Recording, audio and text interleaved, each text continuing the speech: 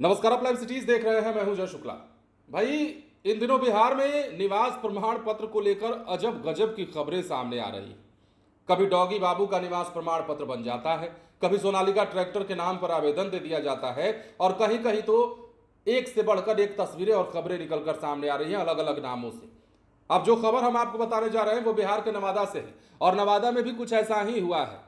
Doggy बाबू को आपने देख लिया, सोनालिका ट्रैक्टर के नाम पर प्रमाण पत्र आपने देख लिया, और अब आपको यह जानकर हैरानी होगी कि बिहार के नवादा में डॉगेश बाबू के नाम से प्रमाण पत्र बनाने का आवेदन दिया गया है।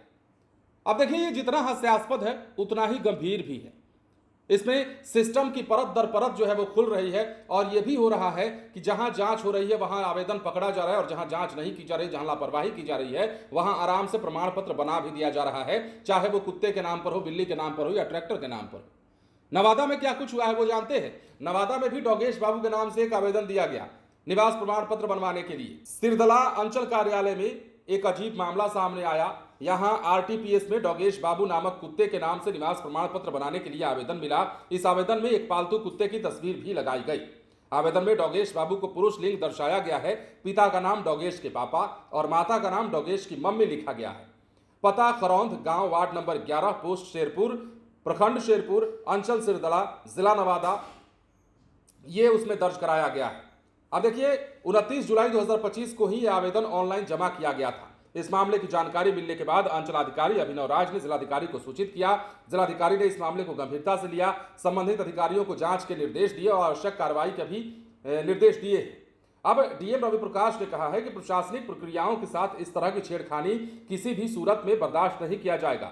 दोषियों के खिलाफ कार्रवाई होगी। उन्होंने सोशल मीडिया प्लेटफॉर्म एक्स पर लिखा भी, नकलची सिरदला रजौली से निवास प्रमाण पत्र के लिए आवेदन करने की कोशिश में पकड़े गए घटिया हास्य व्यंग के लिए एफआईआर दर्ज की जा रही है।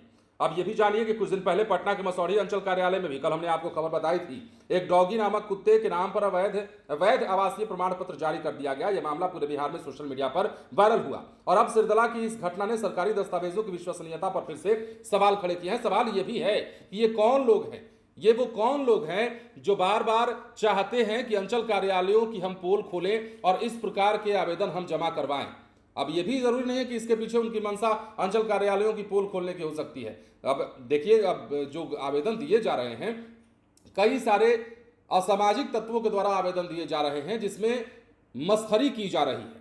मतलब सरकारी कामकाज से भी मजाक किया जा रहा है, और जानबूझ करके इस प्रकार के आवेदन दिए जा रहे हैं। और जहां गलती से ये आवेदन बनकर चले आ रहे हैं, प्रमाण पत्र बनकर चला आ रहा है, वो खबरें बन जाती हैं। और जहां ये प्रमाण पत्र आवेदन के तौर पर जब दिया जाता है, पकड़ा जाता है, तो वो सुर्खियां बन जाती हैं और कहा जाता है कि चलिए इस बार पकड़ा गया। नवादा में वही हुआ है, पकड़ा गया है, पहले ही जांच हो गई है। लेकिन सवाल ये उठता है कि आखिर बिहार में ये हो क्या रहा है और क्यों हो रहा है।